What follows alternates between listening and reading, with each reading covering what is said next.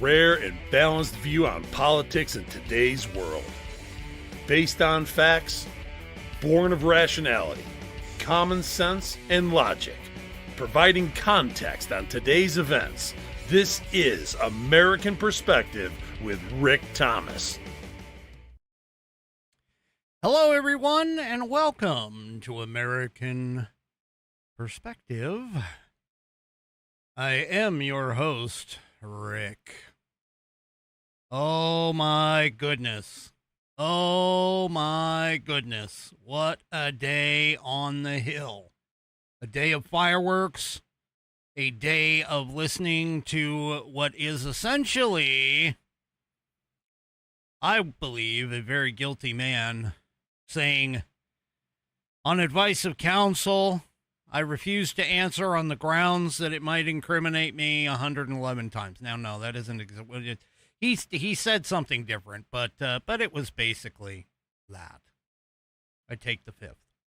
On the advice of counsel, I take the fifth.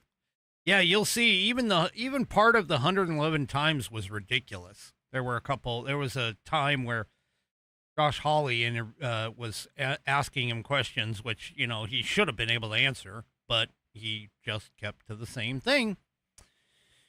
And also, I have a very, very special announcement coming up very, very shortly with the headline sponsor. You are getting a preview. Okay. Yeah, there we go. On the advice of counsel, on my counsel, I take the fifth. Something like that. Anyway, let's go ahead and get things kicked off tonight. Tonight is one of our, unfortunately, however short-lived he was here on this earth, but one of our heavenly hosts who will be reciting the Pledge of Allegiance. Tonight is our good friend Buddy Weiser. So if you are of mine, please stand and please stand. Remove your hat if you're wearing one, like me. Place your hand over your heart and follow along with Buddy Weiser as he recites the Pledge of Allegiance. I hereby pledge my allegiance to the flag of the United States of America and to the republic for which she stands, one nation under one God, indivisible, with liberty and justice for all her citizens. So help me God.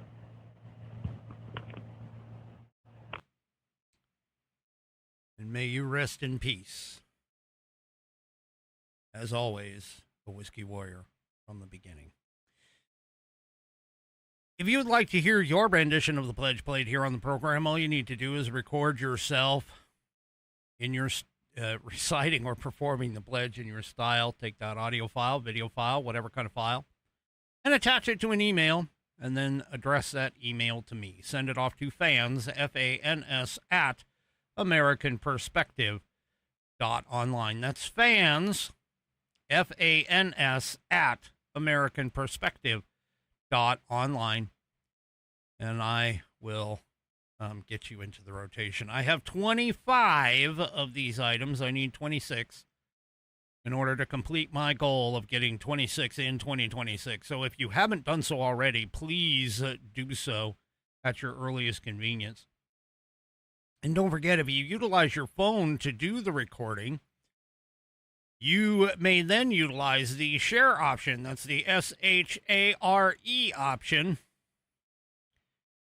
And get them, share option, and send it off to me. Send it to fans, F-A-N-S, at AmericanPerspective.online. Sorry, I got distracted because the matriarch of the Whiskey Warriors says, my hope is that Fat Boz and Buddy are watching over us. That's right. Fat Paws and Buddy together up in the sky.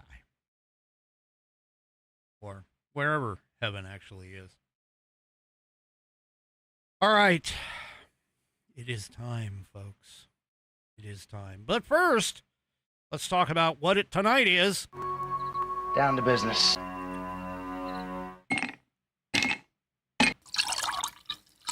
That's the nectar of the gods, baby. That's right. Tonight is Whiskey Wednesday. It's like Taco Tuesday, but for badasses. And for tonight's drink, it's out of the Buffalo Trace, Kentucky Straight Bourbon Whiskey for tonight. Yep. And I have it in the True Grit Roots Network glass. That's right. True Grit Roots Network right here. With the requisite stones. There's the stones in the bottom of the glass. You can see them. They're the black stones right there in the bottom of the glass. All right. And here we go.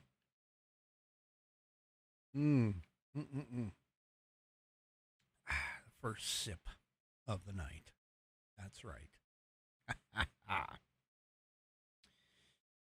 And now we got a drum roll. Let's see. Maybe I may not have a drum roll. In fact, I don't think I have a drum roll. I have rim shots. I guess that's close enough. So here. Tonight, announcing for the very first time. Yeah, it doesn't hit the same. It should be a drum roll, not a rim shot. Anyway, ladies and gentlemen, True Grit Roots Network is announcing tonight a name change.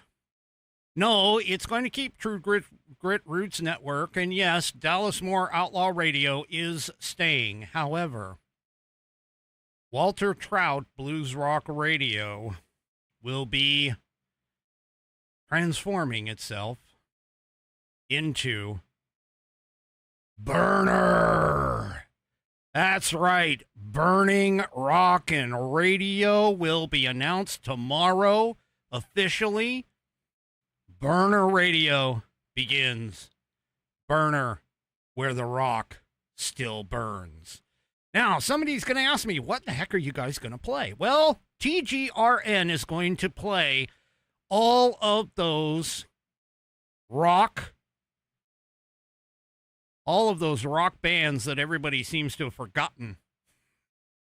I'm talking like things from the 70s, 80s, 90s. Yeah, you know, the hair bands, the one-hit wonders, AC/DC, Motley Crue, you know, heavy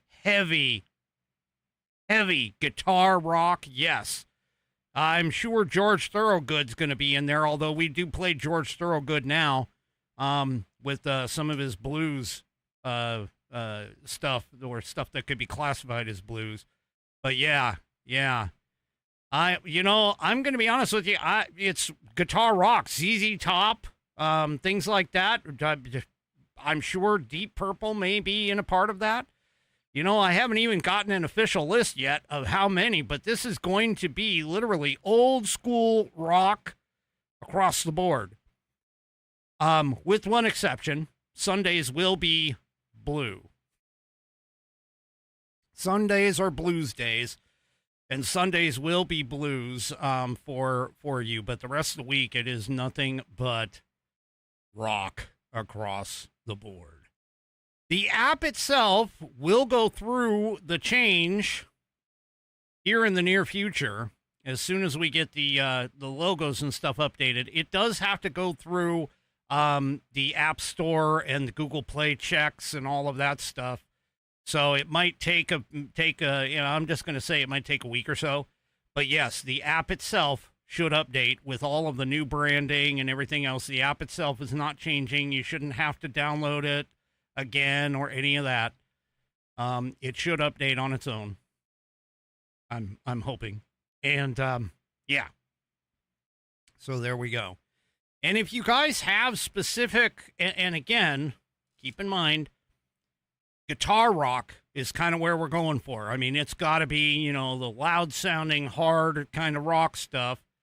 guitar kind of things. But if you have certain bands that you would be interested in hearing, that you could, send off to me, I'll take it to my partner and see if he's willing to go and add them into the mix. Because again, this is going to be rock radio. Yep, rock radio, across the board. So Walter Trout Blues Rock Radio will cease to exist, and Burner, where the rock still burns. And I'm not talking about D-Rock, like as in D-Rock, Dwayne Johnson.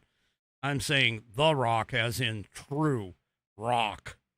Okay? Yeah, we're talking hair bands and everything else. Man, I'm excited. I know my partner's excited. He's all excited for it as well. So, yeah, there you go. And we'll be developing, yes, Van Halen. We'll be developing a whole bunch of shows and things like that surrounding this. I already have a couple titles that I've tossed my buddy's way, so we'll see what happens. But anyway, yeah. Yep. So, I'm excited. I hope you're excited.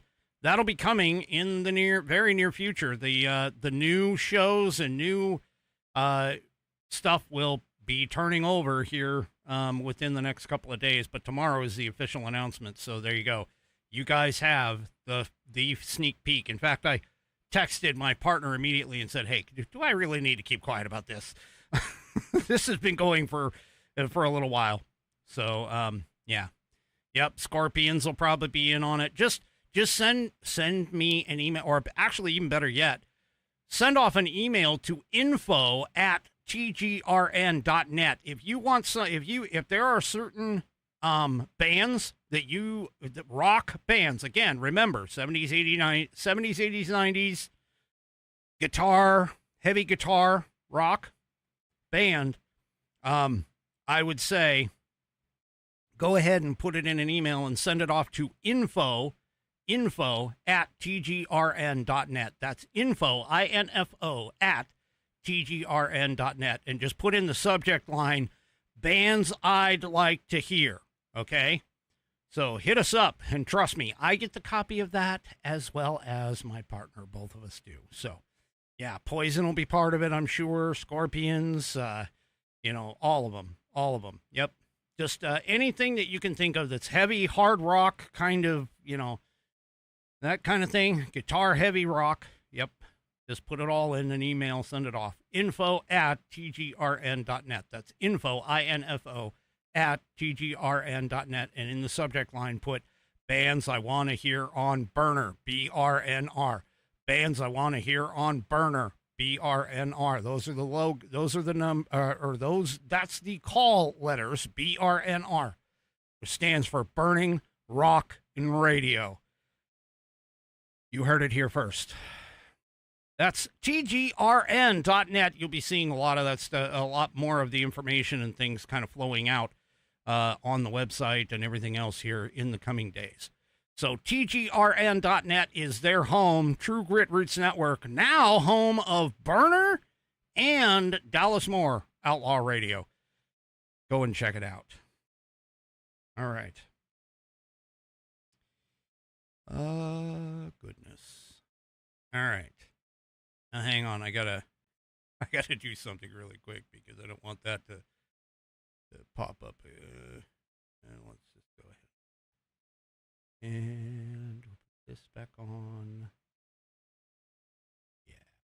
All right. So there you go. You heard it here first. There it is. All right. Well, before I get into the fraud of the little troll, I just want to say, do you remember that Wisconsin brewery? There was a Wisconsin brewery that made the headlines for all of about 15 seconds when they said that they were going to offer free beer when Trump dies. Yeah, they were, I mean, the owner is like a complete utter stupid moron. His name is Kirk Bangstad. Yeah. Kirk Bangstad. And, yeah. Anyway, this guy in the Wisconsin brewery, which was known for its anti-Trump social media post, including the one that was prompting a free beer promotion upon the death of President Donald Trump, has now had its permit to operate in the state revoked by the state officials. The Milwaukee Journal-Sentinel reported on Monday that the liberal activist and brewery owner is vowing to fight both tooth and nail after receiving a letter from the state's Department of Revenue revoking Minocqua Brewing Company's permit to operate in Wisconsin. According to a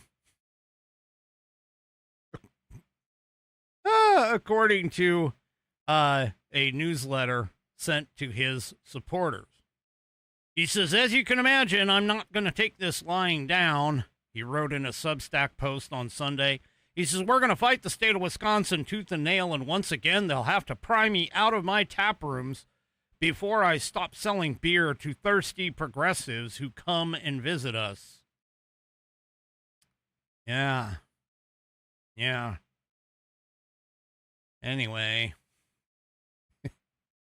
He also asked readers of his newsletter to donate to his legal defense fund, writing, quote, as usual, fighting to keep my business alive means I have to pay lawyers, and that's never cheap. Every time this happens, I rack up $100K in legal bills before we even see a judge. If you can help chip in to the Minocqua Company's legal defense fund, I'd appreciate it. I got an idea for you. I really got an idea for you, Mr. whatever your name is. I don't even care. Anyway, I got an idea for you. Maybe if you, toned down the rhetoric and didn't say shit that would get you into trouble, maybe that would, keep you out of legal trouble.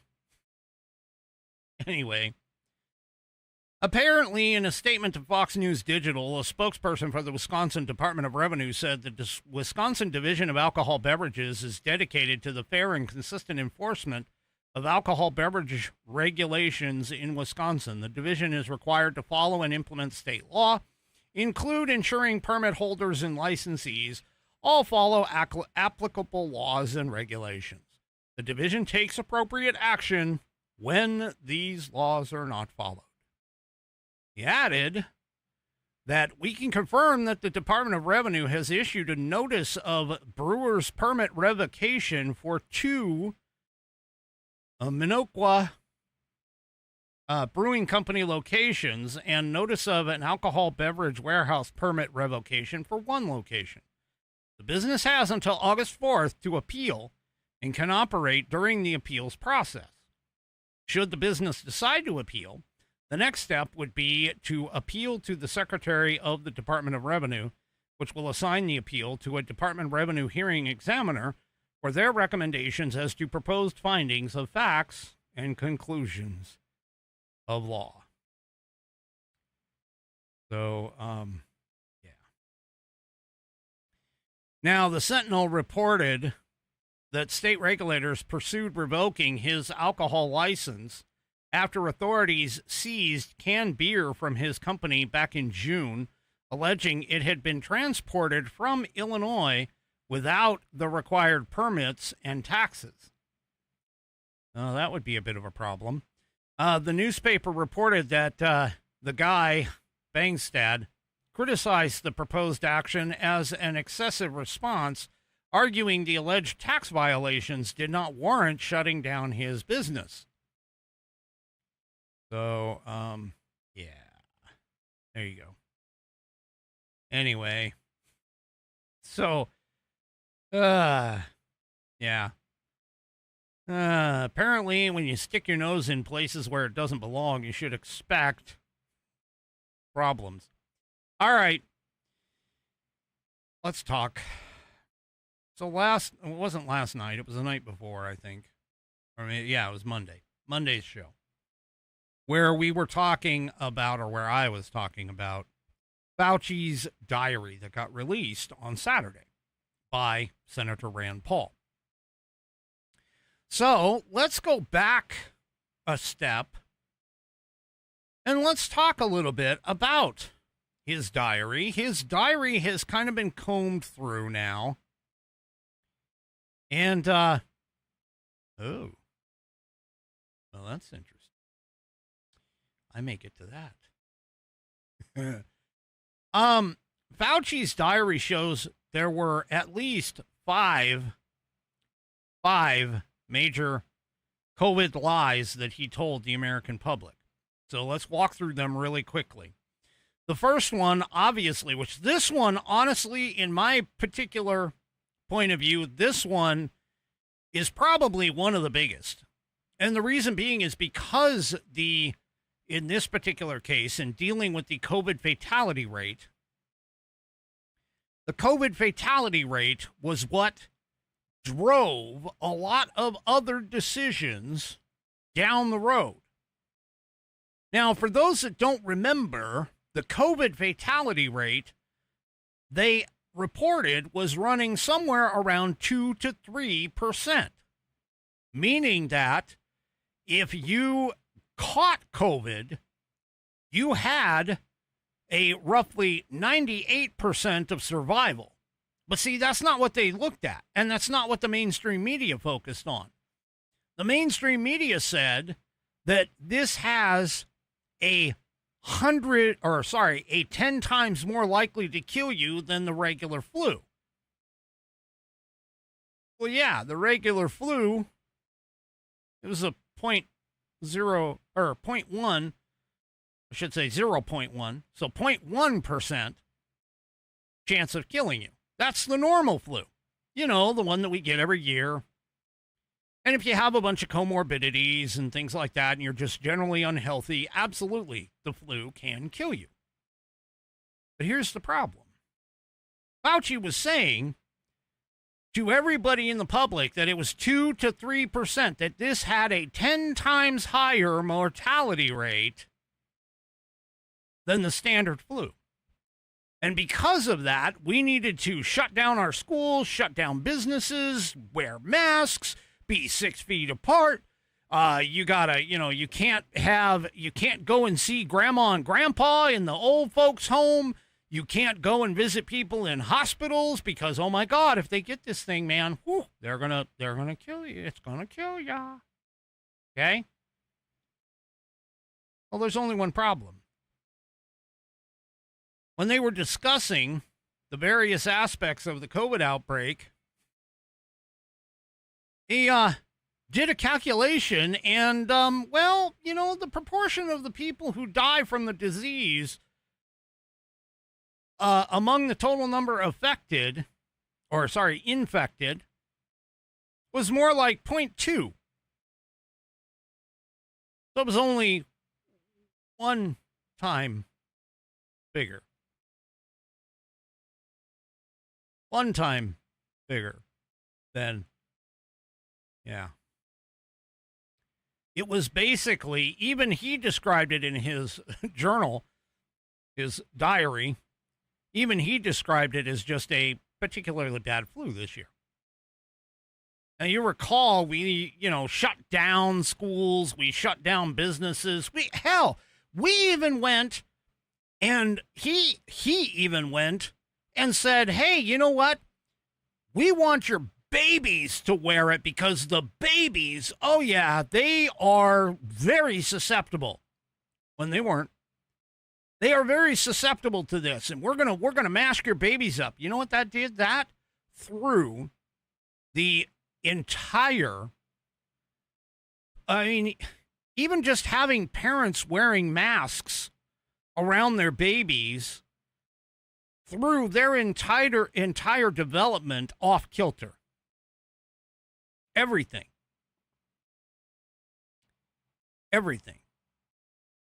Okay. Yeah. The risk of dying from this thing was not what everybody appeared. Now, during a March 10th, 2020 Hannity appearance, Fauci said that the mortality for the seasonal flu is around 0.1% and that the mortality for COVID-19 is about 2 to 2.5%. Now, he did subsequently note during the appearance that it's probably lower than that. It's probably closer to 1%. But even at 1%, it's 10 times more lethal than the seasonal flu. Yeah. Okay. Well, you remember that whole thing, and I actually even had some of my stuff censored, which is really rare for me because think about this. I started this show, and it was under the Whiskey Musings broadcast title, banner, way back when COVID first started because we didn't really have any place to go. There was no place for me to go. I couldn't go anywhere because I happen to live in a socialistic, communist, Marxist-driven state. And so they were all saying, oh, yeah, we're shutting everything down. Only essential workers can go. Now, granted, that didn't change my particular, business. My regular job, I was actually working from home anyway, so it really didn't matter that much. But I did get videos removed, blocked, taken down because I was saying certain things like masks don't work, which we know now masks didn't work for this thing. Yes. And I can think of all the people that got jailed, quote unquote, on Facebook or any other social medias for sharing memes to the same kinds of things, saying that masks don't work, that the mortality rate is much lower, especially in people who will have less than the 4 or more comorbidities. Yeah. I got into so many troubled arguments with people who I was sitting here saying, hey, the masks don't work for viruses, especially ones that have been aerosolized. And of course, I often got back, especially on social media, well, why do they wear them in surgery? Well, they wear them in surgery so that your spit, as you speak and breathe and talk and all other kinds of things that you do with your mouth, hopefully you're not doing a lot of those during surgery, but has the bacteria in your saliva entering wounds. That's why you wear the mask. It has nothing to do with an aerosolized virus. It has everything to do with the waterborne bacteria that we carry around in our mouths. And I got in trouble for that. Another one that I got in trouble for was the lab leak theory. That's right. A lab leak. I seem to recall discussing on one episode the whole CGG genome combination and how that indicated human manipulation of the virus. And yet here Dr. Fauci was on television saying, oh, no, it was a wet market. Now, what's even worse is his own interactions with everybody prior to this shows that he not only knew that the Wuhan lab was doing gain-of-function research, that through EcoHealth Alliance, the NIAID actually funded that gain-of-function research. In fact, it was over $1 million that was given in a grant over to the CCP for that gain-of-function research. We actually paid for it. At least a part of it, anyway. Now, here's another thing that he was talking about. He claimed that the COVID lockdowns and school closures, that he had nothing to do with them. That with the state and local governments, and this one I didn't see, or I didn't catch in the journal, that the school closures and the business closures and everything else, it was a unscientific policy decision, that he didn't have anything to do with it, except in a March 15th, 2020 entry, he wrote that he is bragging about convincing Democrat officials like California Governor Gavin Newsom and then New York City Mayor Bill de Blasio to shut down the schools over their virus. He writes, quote, "I spoke with Bill de Blasio and convinced him based on what I was saying publicly and my conversation tonight to close the New York City schools." And he had already decided to do so based on what I was saying on TV. I went on to tell him that he should also close the bars and the restaurants in New York City. He said that he would base this on my recommendation. He says, I had a similar call with Ann O'Leary, the COS of Governor Gavin Newsom of California. Ann said that based on my TV appearances today and yesterday, the governor has decided to close the schools in California as well as the bars and restaurants. Yeah.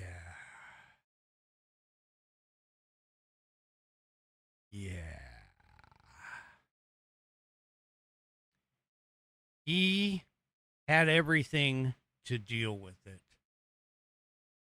Now, let's talk about the COVID vaccines. The vaccines that had to have the definition of vaccine changed in order to have it fit, have the new one fit. Well, in October of 2021, Fauci was on national television telling audiences the best ways for the country to get those new COVID cases down was for people to go ahead and get vaccinated. And, of course, follow the CDC guidance advising people to avoid large gatherings. Now, that's kind of interesting considering the fact that I seem to recall BLM riots and large, shall we call them demonstrations, occurring all across the nation at the time, and everybody was like, oh yeah, no, it's okay. If you go to one of those BLM things, apparently COVID hates the letters BLM, and they don't want you there. It's not going to be there. Yeah. Yet you couldn't go to a movie theater. You couldn't go to see grandma in the hospital. You know, you had to wear like infectious disease control stuff that is really utilized for highly infectious, highly dangerous diseases and stuff. Anyway, the COVID vaccine, the implication that he gave in public was that the COVID vaccination was an effective way to help stop the virus spread. However, he wrote in his diary a month later, from October of 2021, a month later, about his worry that he's going to contract COVID after attending a large gathering where vaccination was reportedly required to attend.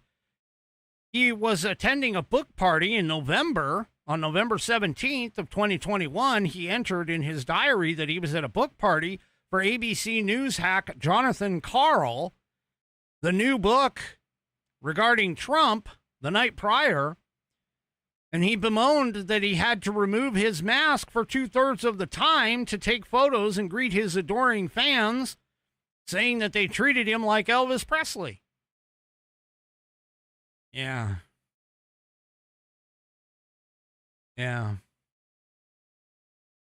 It was after that party that he was vaccinated, by the way. He detailed his anxiousness about catching COVID after being at such a large gathering.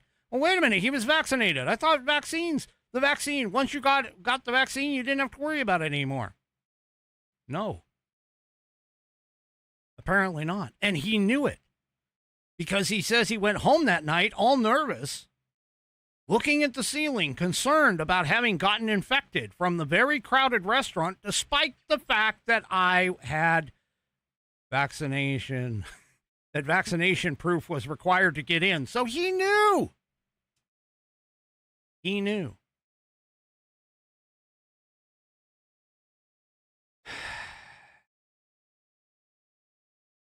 I already told you about the gain of function research. Yeah. Now, he did admit, by the way, that whole 6-foot rule, but BS that he put out there. Yeah, that came out from nowhere. That came from nowhere. It was made up. Now, what a lot of people don't seem to understand is that Fauci in 2012, this is coming from Just Facts Daily, just put out today. In 2012, 7 years before COVID emerged, Fauci wrote in an academic journal that a moratorium on gain-of-function research for a highly pathogenic virus should continue until certain conditions are met.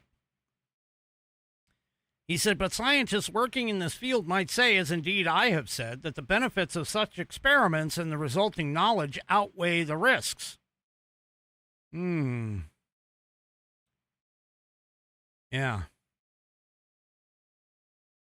And again, like I said, he funneled $1.4 million plus from the National Institutes of Health to attacks to Communist China's Wuhan Institute of Virology via the EcoHealth Alliance from 2014 to 2019 for that gain of function research.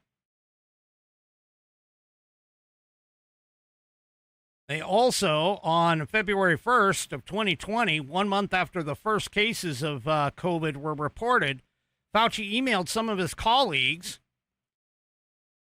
that they were concerned about the fact that upon viewing the sequence of several isolates, this is what I'm talking about, there were mutations in the virus that would be most unusual to have evolved naturally in bats. And there was a suspicion that this mutation was intentionally inserted. Yeah, that's that CGG combination that I told you about. In that same email, Fauci wrote the suspicion was heightened by the fact that scientists in Wuhan are known to have been working on gain-of-function experiments to determine the molecular mechanisms associated with bat viruses adapting to human infection, and that the outbreak originated in Wuhan. Yeah. On February 2nd, a virologist by the name of Robert Gary from Tulane University, who had participated in the meeting ahead of time, wrote about the molecular structure of COVID-19, saying, I just can't figure out how this gets accomplished in nature, but that in a lab, it would be easy to generate it. Yeah.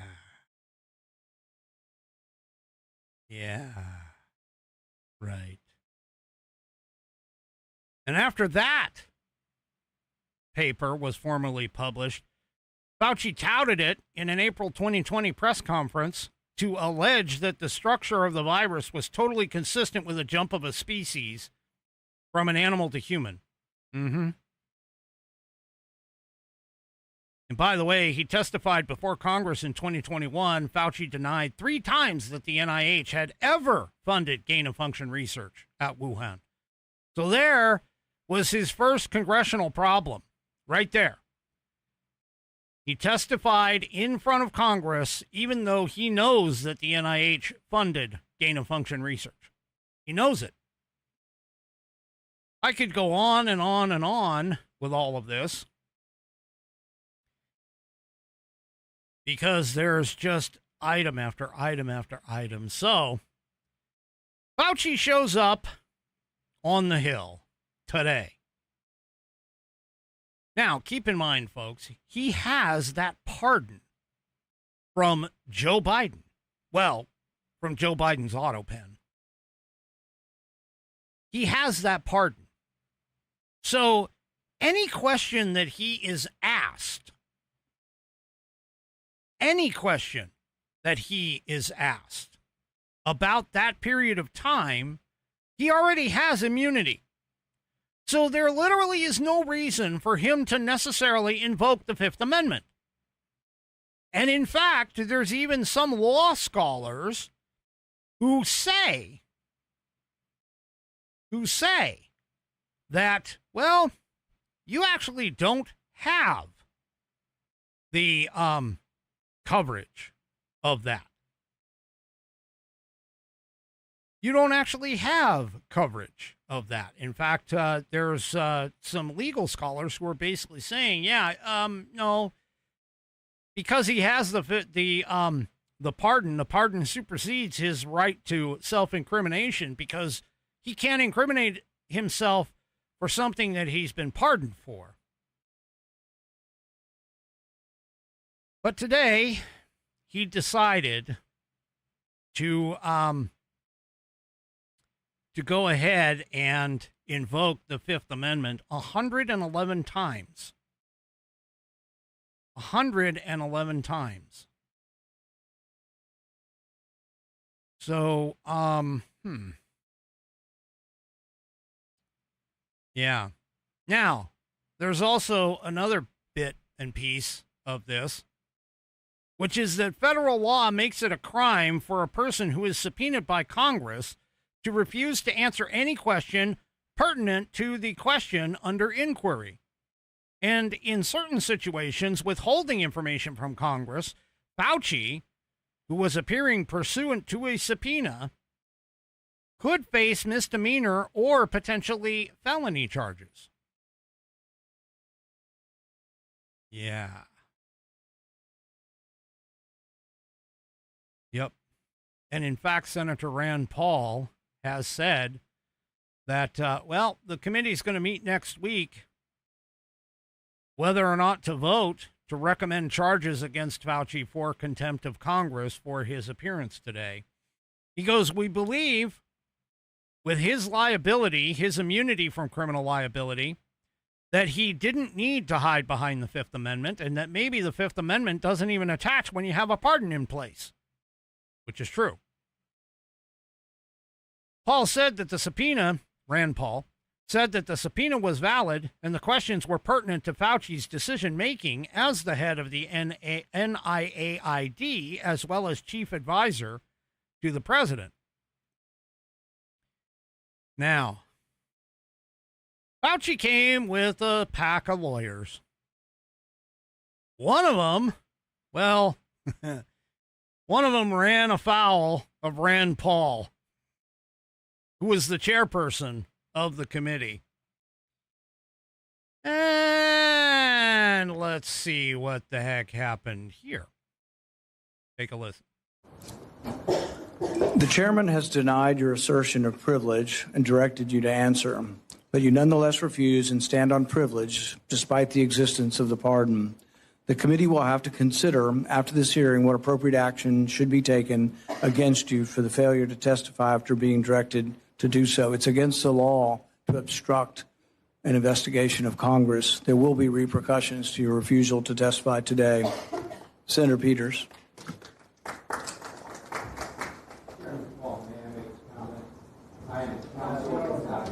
You're not recognized. You're not recognized. If you are unruly, you will be removed from the proceeding. Okay, so just to catch up the people who are not able to see the video, who are on the audio portion, Fauci's attorney, who was sitting to Fauci's right at the table, started spouting off right there. I know it's kind of hard to hear, but he started spouting off right there, and Rand Paul was having none of it. Now, let's continue. You are not recognized, and you are not recognized, sir. Sir, you are not recognized. You are not recognized. Security, we'll hold off, but you will respect these proceedings. You were told not to sit at the table. You insist on sitting at the table, and we told you you would not be recognized. You are not invited here for testimony, sir. You are being disruptive. Would you behave this way in a courtroom? No, because the judge would put you in jail. I can't do that today, but I can have you escorted from the premises. So I would say, sir, sit quietly and don't say another word. I said, sit quietly. You are not recognized. Another word and you're gone.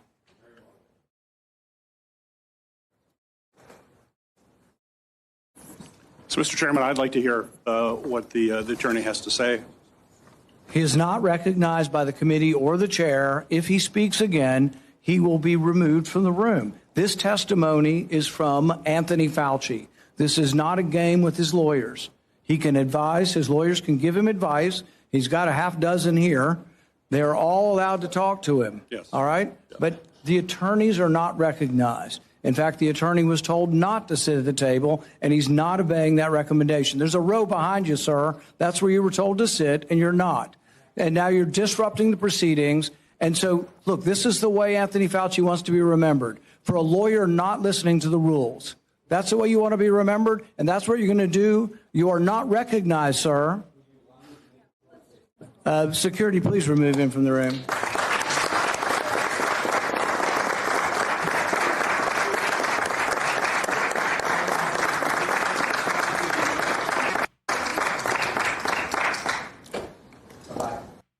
All right. Well, there he goes. Oh, the guy. Yeah, he just kept it up instead of just shutting his freaking mouth. He just kept it up. He kept talking, kept pushing. Well, whatever. As Rand Paul pointed out, there was a bank of attorneys behind him. Okay. There's a bank of attorneys that were behind him. Anyway, so, yeah. Catherine Herridge, by the way, she's an investigative journalist, and she's been after this for quite some time. And, yeah, speaking of that, here's the picture of, let's see. Yeah, here's the picture of the lawyer, getting ejected by security. Anyway. Oh, so yeah, he got ejected. He's out, which is cool, and everybody, of course, was clapping and everything else. So, anyway,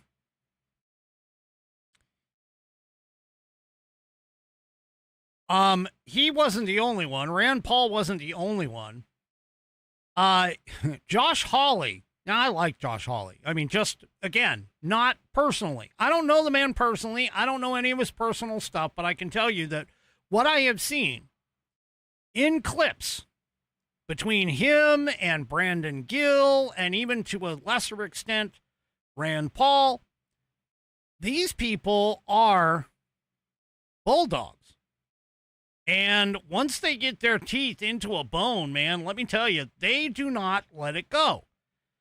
Well, Fauci, of course, pleading the fifth. Josh Hawley decided to get creative and see just what kinds of questions Fauci was going to be able to answer. And here we go. Thank you, Mr. Chairman. Well, nothing says honesty like taking the fifth, huh, Doc? Let's try something. What day of the week is it today? On the advice of counsel, I respectfully decline to answer based upon my rights under the Fifth Amendment to the Constitution. What color tie are you wearing? On the advice of counsel, I respectfully decline to answer based upon my rights under the Fifth Amendment to the Constitution. What color is the carpet in front of you? On the advice of counsel, I respectfully decline to answer based upon my rights under the Fifth Amendment to the Constitution. Let's just get one thing straight. You don't have any rights under the Fifth Amendment because you've been pardoned, as you very well know.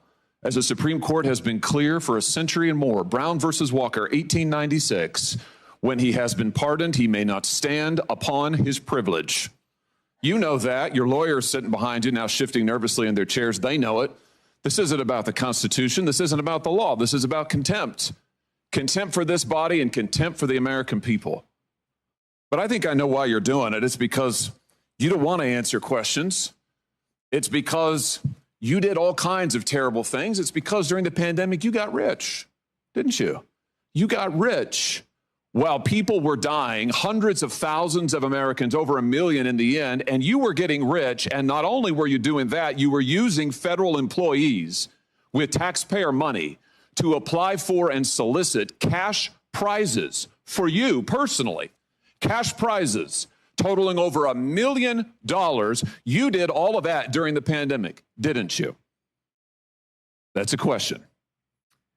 On the advice of counsel, I respectfully decline to answer based upon my rights under the Fifth Amendment to the Constitution. And he kept doing that. Yeah, he kept doing it. He said it 111 times. Somebody counted. I don't know who was, but somebody counted. Well, what's even worse though is that Hawley also went after Fauci a little bit further. And, well, I mean, there's nothing wrong with what Hawley had to say, honestly. Take a listen. Silence is admission. And here's the real thing. At the end of the day, it wasn't just about the money, really, was it? It was really about a power trip. I mean, through all of this, you want to be the most famous scientist in the world. You were so focused on getting every award and every drop of cash that you could, all because you wanted to be on TV. You wanted to be the sun god of science. You wanted to be the guy who was in charge of it all. You wanted to lambast Trump. You wanted to make sure that nobody else stole your spotlight. You wanted to be the guy. You had time to sit for InStyle magazine. Here's what you were doing with your time. You could sit for InStyle magazine, but you can't answer questions for the American people. You could sit for InStyle magazine, but you're here taking the fifth. You could sit for InStyle magazine and get $1 million in cash awards, but now the cat's got your tongue. I bet he does. I tell you what, here's my conclusion from all of this. This was really all about you the whole time. Somewhere along the way, you lost your way. You may have been a good public servant at one time. I don't know. But I can tell you from reading your emails now, from looking at what you did, how you used your employees, somewhere along the line, it became all about you. You became a narcissist and a megalomaniac and a liar. And you've lied to the American people, and you've lied to this body. And you've disgraced your profession by doing it. You called yourself the most famous scientist in the world. You've done more to harm science than anybody in my lifetime. And I hope you'll go home and write that in your diary. Now for those on the audio portion of the program, man, all I gotta say, Fauci just sat there and took the beating. He took the whipping. He knew he was in the wrong. I just don't understand this, because I lack the capacity to sit here and do something that is essentially against my nature. I lack that capacity, which is part of the reason why I keep telling people when somebody says, hey, you can lie. No, I don't lie. I tell stories, but I don't lie. Anyway.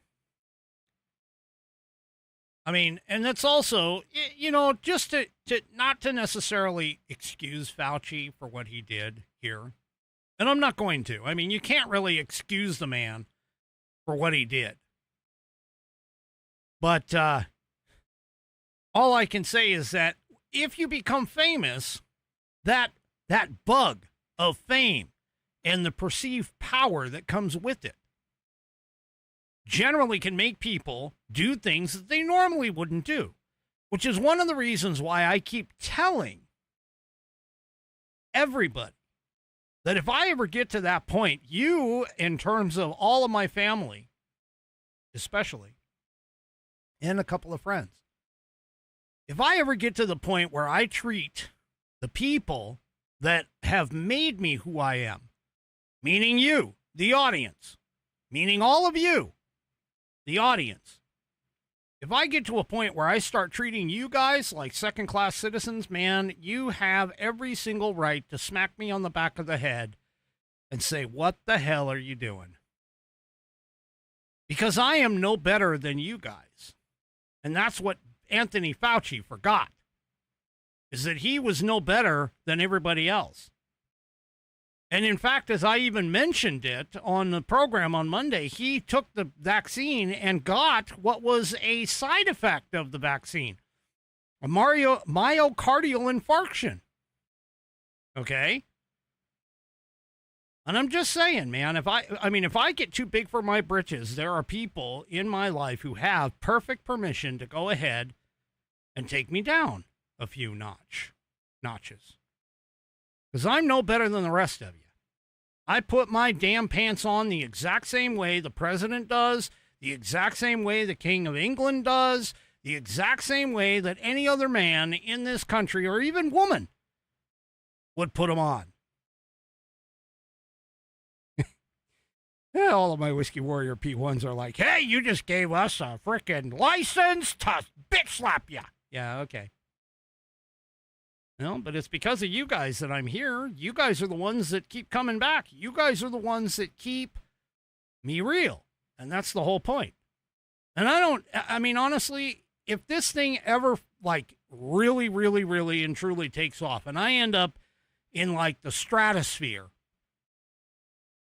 my promise to myself is that I will never, ever, ever forget the people who started with me at the bottom. I will never, ever forget Buddy Weiser.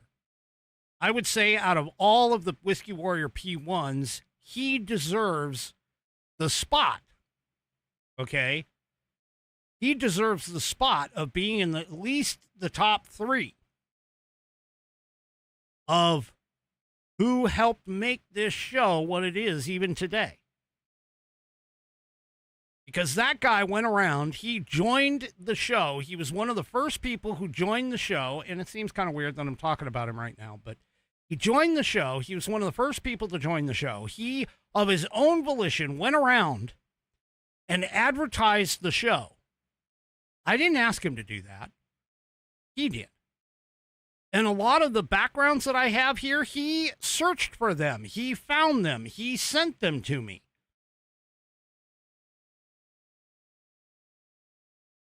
And I will never, ever forget what he did. Now, he did that all of his own volition, all of his own time. He's the one that suggested that we start the show with the Pledge of Allegiance. He's the one that suggested that I start doing things like Pet of the Week. He's the one that can be credited for a lot of what this show is today. Now, he wasn't happy that I changed the name, I can tell you that much. But he understood it. And he realized that the name change actually reflected what it was that I was doing with the show. And I didn't ever really directly talk to the man. It was all through emails and chats. There were times when he was the only one in the chat room.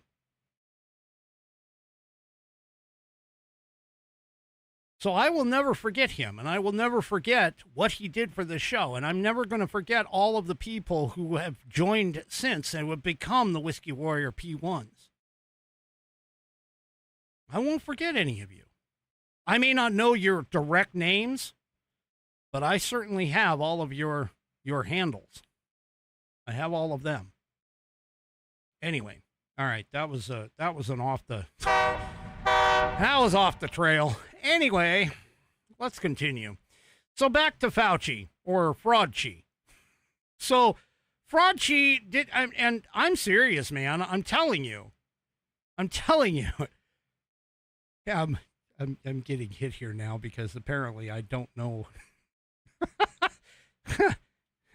No, I got you. Trust me, I got you. Anyway, enough of that. It wasn't just Howley or Hawley. I don't know. I can't remember now how it's called. I say Howley. That's what the Hawaiians call white people.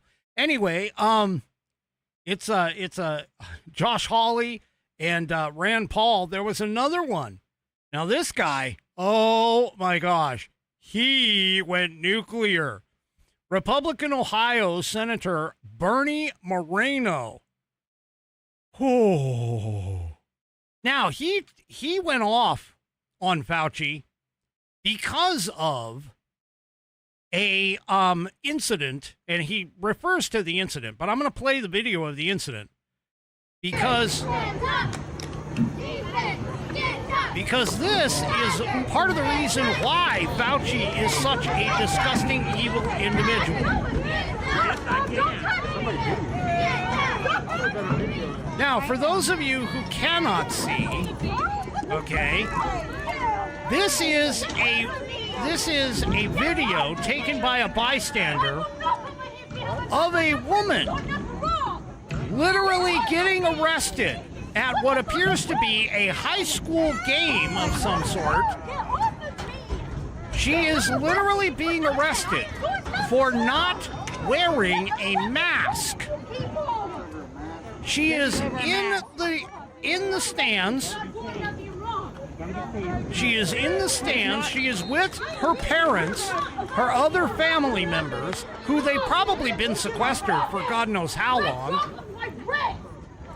And she's being arrested by the police for not wearing a mask. She's in an open air freaking stadium here, people.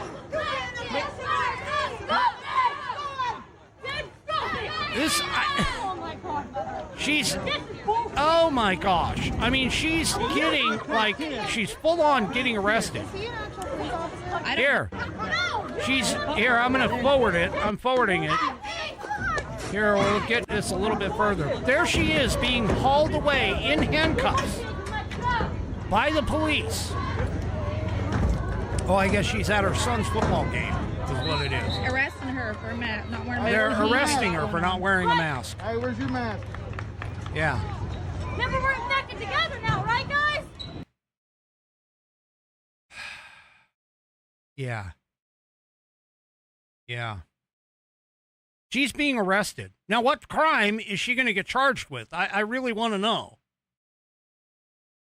I really want to know. But anyway, this is the incident that that the senator, what was his name? Let's see. Where is it? Bernie Moreno talks about in this next clip. Let's hear what Bernie Moreno has to say about the situation. Warning, warning, language alert. To idiotic politicians who enforce those rules, arrested that mom for watching a football game with her own family outside. When that story broke, I said to myself, I cannot stand idly on the side and watch this happen. It was about 6 years ago today that I decided I'm going to give up my businesses, sell them all, run for office, run for the United States Senate. Here I am sitting in front of you 6 years later saying, who the fuck do you think you were for doing that? It is a total disgrace what you did to this country. And if my Democrat colleagues are standing there defending you, I hope the voters of the United States of America watch the clips of every one of you doting on a guy who was more interested in being a celebrity than saving American people. I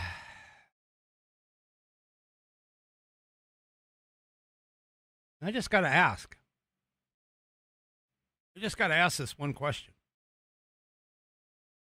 By the way, just to finish this off, finish this thought. Moreno continues and says, there is no defense for what you did. You may have had a 50-plus year legacy of public service, but it ends in total and complete disgrace.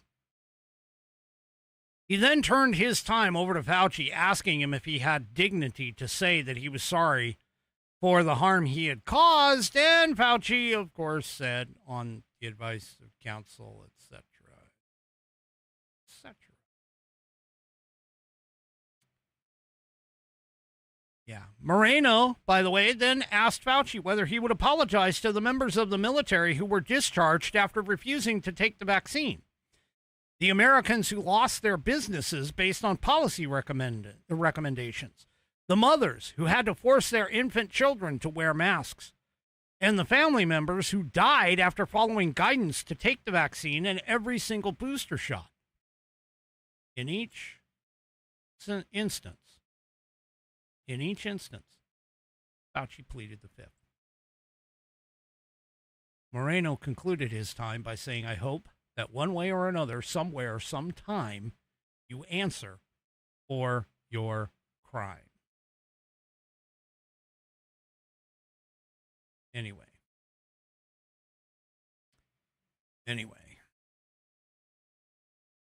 Yeah. Fauci. He needs to go to jail for all of this stuff. Well, as I said earlier, Rand Paul is going to seek contempt charges for Fauci. And, well, let's just be honest. The lawyers actually are kind of agreeing with the fact that this could be the case. Because his pardon only covers for any crimes that he might have done between January 1 of 2014 and January 20th of 2025. And Josh Hawley, of course, remember, he called this out. He's like, your lawyer is sitting behind you. They're shifting nervously in their chairs. They know you cannot claim the fifth here. Yeah. Ron Johnson, who was there on the panel too, said he was not surprised that Fauci exercised the Fifth Amendment. He's like, I certainly understand why on the advice of counsel you're not answering questions, because I think it'd be impossible for you to answer the questions truthfully without really demonstrating what you did or your culpability. So, yeah. Fauci's in a serious hot seat right now. And I'm going to be honest with you. I'm going to be honest with you. I actually question whether or not, because again, keep in mind, okay, you got to remember this and the auto pen scandal are tied together inexorably. And 3 Chevy kind of makes that question. He says, could Fauci argue that the pardon is invalid due to Joe's auto pen? I don't know why he would necessarily argue that. To be honest with you, I don't know why he would, because that just seems counterintuitive to himself. However, that being said, I honestly think that there is a good case to drive this all the way up to the Supreme Court and get the Supreme Court to rule on whether or not an auto pen signature actually counts as a president signature. And here's the reason why. Now, keep in mind, Thomas Jefferson, as the 3rd president of the United States, did use the precursor to the auto pen. But he only used it for personal correspondence. It was never used for official capacity stuff until Obama broke that by using it one time to sign a bill when he was flying on Air Force One over in the Middle East somewhere and had to sign the bill. Now, that being said, where do we get this idea that the president must sign stuff? Well, it's pretty simple. Article 1, Section 7, United States Constitution. You might want to break out your leather-bound U.S. Constitution if you got them there, Whiskey Warrior P1s. Every bill which shall have passed the House of Representatives and the Senate shall, before it becomes a law, be presented to the President of the United States.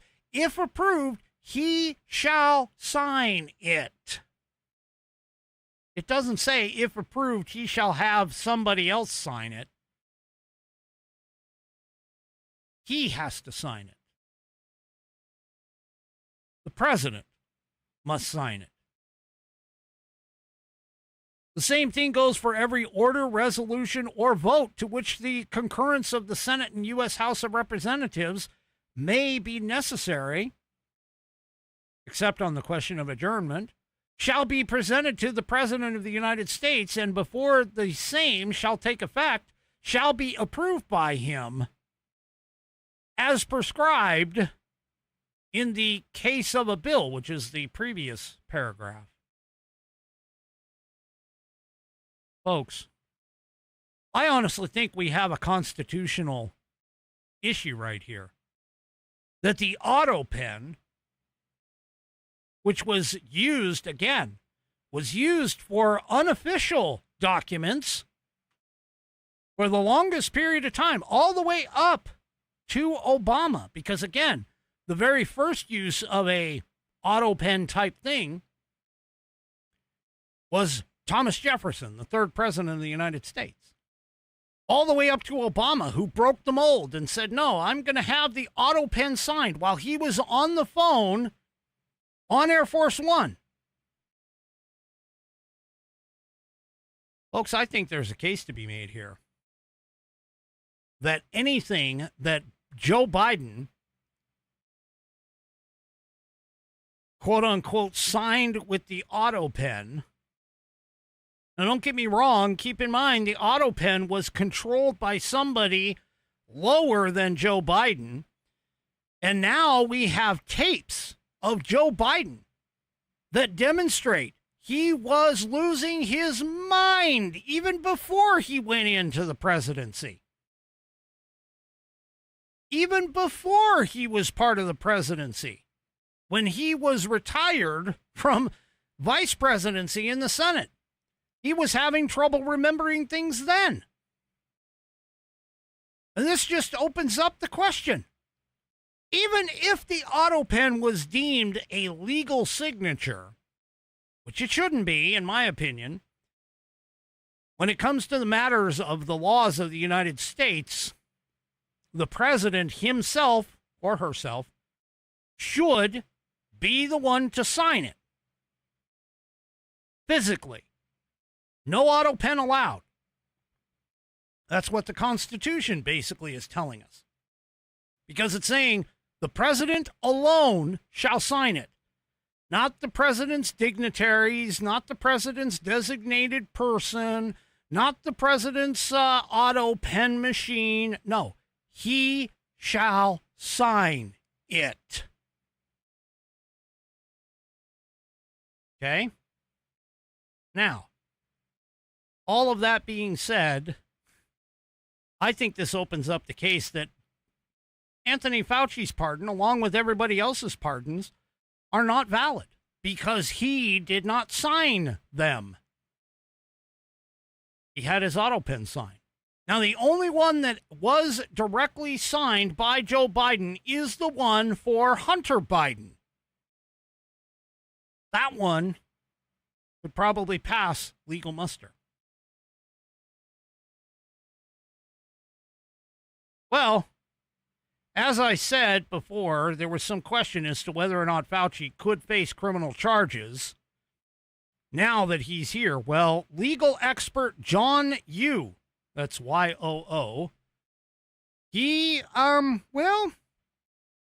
if he committed perjury, this is part of the reason why, he pleaded the fifth. Anyway, here's John Woo, who's a legal expert, talking about it. Take a listen.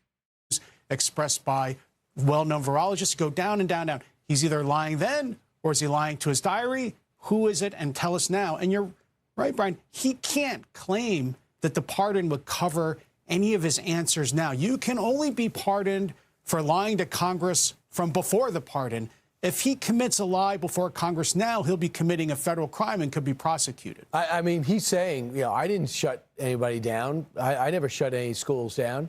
And then we find out in his diary, spoke with Bill de Blasio, mayor of New York City, convinced him, based on what I was saying publicly in my conversation, to shut down New York City schools. Had a similar call with Ann O'Leary and Governor Gavin Newsom of California.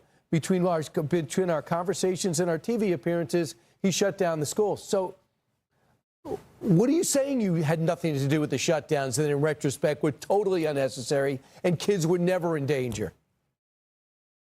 Look, he's obviously running from this. This is one of the greatest public policy disasters in the history of the American Republic, where experts like him overreacted to the virus, shut down the economy at costs of hundreds of billions of dollars, interfered with the everyday lives of every single American, and infringed on all of our individual freedoms.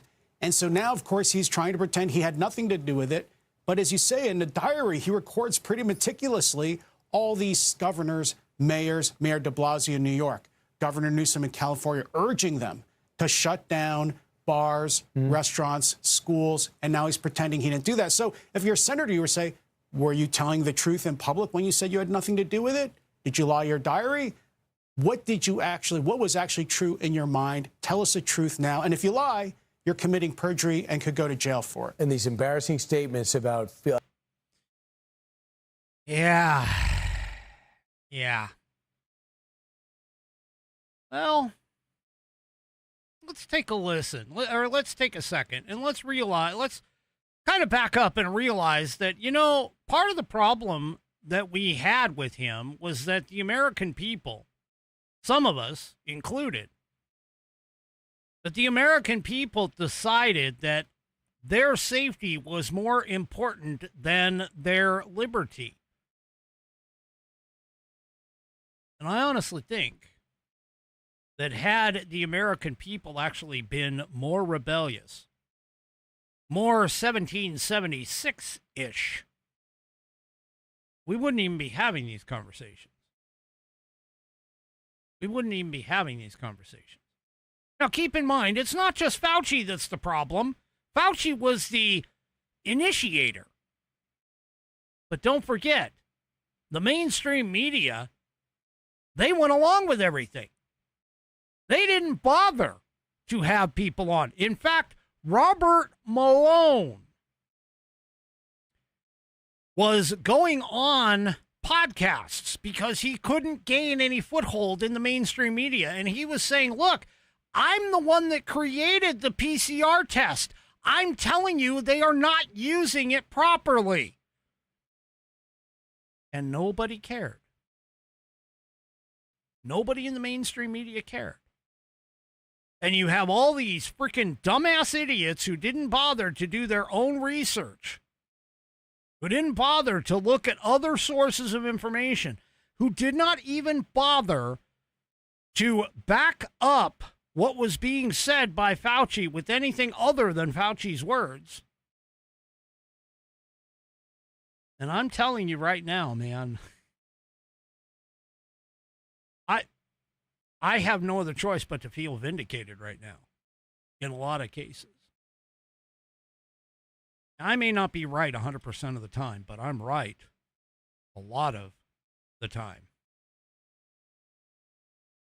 I'm right a lot of the time. And that's because I keep an open mind, because I examine, I follow logic, reason. I examine the issues. I examine everything. And I take it all in. And I, for one, am very glad that I and my family never got the shot.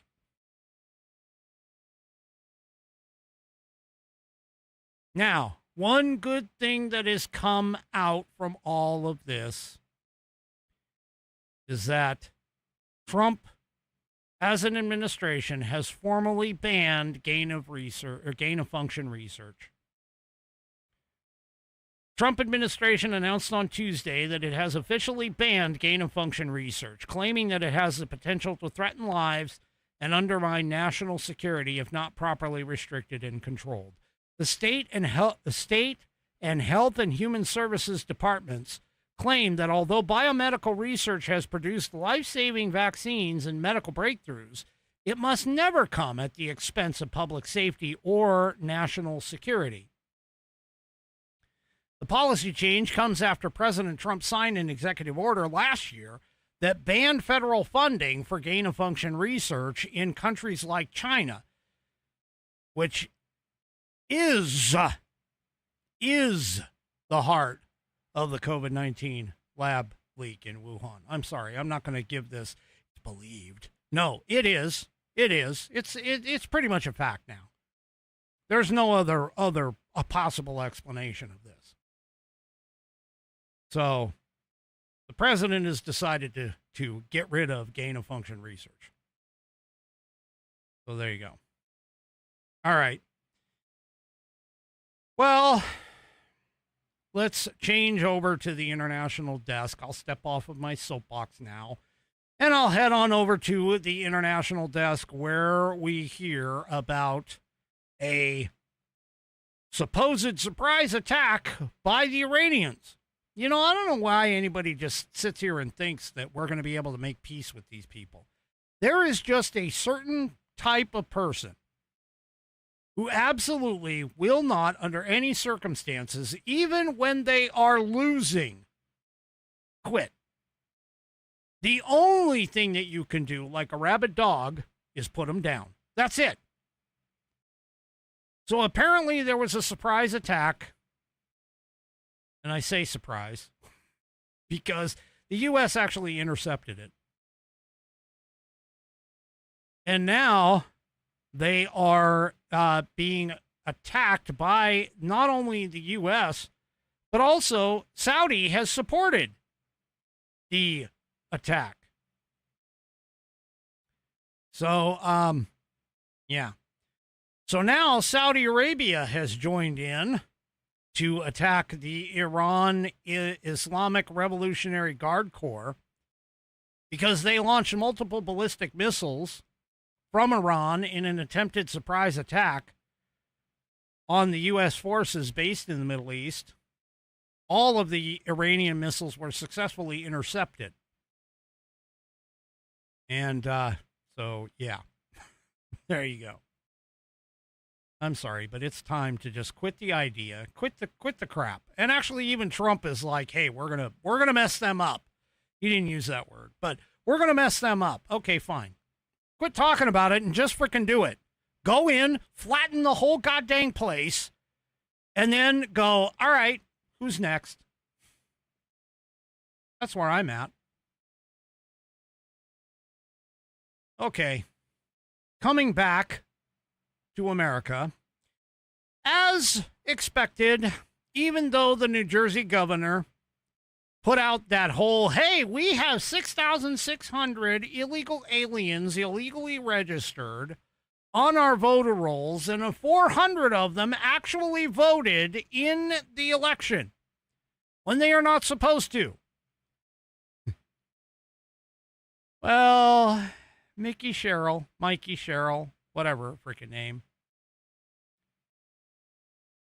Yeah, she has decided to reject the Department of Justice's request for the records on those non-citizen voter registrations.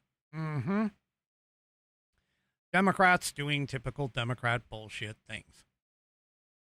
You're the one that announced it to the world. Why would you not even just hand the fucking things over? I mean, come on, seriously. Illegals. These are illegals. They shouldn't even be here in the first damn place. Just hand them over. All right. Well, in our closing minutes, which, by the way, I'm sorry, I do not have a pet of the week this week. But in our closing minutes, I just want to point out something. Mayor Mamdani, that's right, the New York City socialist, Marxist, Muslim mayor, has stood up and said, hey, we're going to create state-run grocery stores. And by the way, that state-run grocery store is going to run and have prices that are 30% lower than retail. Well, first of all, I'm just going to tell you right now, okay? That is literally impossible. Those state-run grocery stores, if they offer 30% below retail, they are losing money. Where do you think the money is going to come from? This is state run stores. That 30% that they're losing is going to come from you, the taxpayers. Now, granted, this is New York City, so it's going to be coming from the taxpayers of New York City, so the taxes of New York City. And if you don't think the taxes are going to go up because of this, because New York, yeah, they don't have a surplus. This isn't like magical money that they've had in a bank account for years in a savings account. No, the New York City budget is behind. It's a deficit budget, just like every other government is. Yeah. Well, now New York bodega owners, you know, the bodegas from Jill Biden, the bodegas. Hey, she say Broadway. Yeah, okay, and the bodegas of New York. Anyway, New York bodega owners have now filed a suit over Ma'am Danny's government grocery store scam, because it is literally a scam. Folks, it's no different than special subsidies for solar and wind projects. Solar and wind cannot generate their own income. That's part of the reason why, while the technology is fascinating on a large scale, it cannot produce. It loses money. The only reason why it looks attractive to everybody is because of the fact that the federal government is subsidizing the damn shit. Okay? And so, seriously, you're sitting here and you're like, oh, okay, wait a minute. This is why the costs of medical care has gone up. Ever since the government got involved, I showed you that chart, I don't know, probably about a week ago or whatever, that showed you that every single industry that has that has government interference has gone up in cost. Whereas every single industry that has no government intervention has actually lowered cost over years. Now, don't get me wrong. There are benefits to things like solar. There are benefits to things like windmills, but you need to take the good with the bad. For an example, solar only works when the sun's up. Now, yes, you store it in batteries and you put the battery and the batteries come back. But look, places like Arizona, all right, take advantage. Places like Florida, yep, take advantage. Okay, wind places, wind farms. You can't put wind farms anywhere. You actually have to have wind in order to do it. And by the way, I don't know if anybody realizes this, but it has to be in a range, because if it's too windy, the things can vibrate too much and break themselves down, and if it's not enough, it won't even turn. You also have to understand that, and I've talked about this on the program, I've covered this over the years. It takes something like 80,000 or 800,000 gallons of oil just to lubricate a wind machine in the course of a year. And that the blades have to be replaced prior to the actual return on investment happens. And what do they do with those blades? Well, they're not recycling them. They're putting them into a landfill and leaving them. They just bury them. Folks, I'm just telling you right now. If it weren't for subsidies, the green energies wouldn't be attractive to anyone. Anyway, same thing is going to happen with these government-run grocery stores in New York City. You're going to be subsidizing it. That's it. Alrighty, folks. That is it for me for this evening. Do me a favor, if you haven't already, head on over to rumble.com, get yourself an account. It is free. And once you are signed up and signed in, make sure you search up the American Perspective channel and hit that green follow button to get notified every time I go live. Also, too, don't forget my newest streaming platform, pilled.net. That's PILLED.net. Go and check it out. Sign up. Maybe you'll like it. Maybe you won't. Give it a try. Red pills are thumbs up. Blue pills are thumbs downs. Speaking of that, don't forget on your way out to give me a thumbs up, a thumbs down, or in the case of 3 Chevy, a thumb sideways or at an angle across all of my platforms, whether it's X, YouTube, Facebook, Pilled.net, or the aforementioned Rumble. We will see you tomorrow night, 5 p.m. Pacific, 8 p.m. Eastern Time, right here on American Perspective. Have a great rest of your evening, and good night, everybody.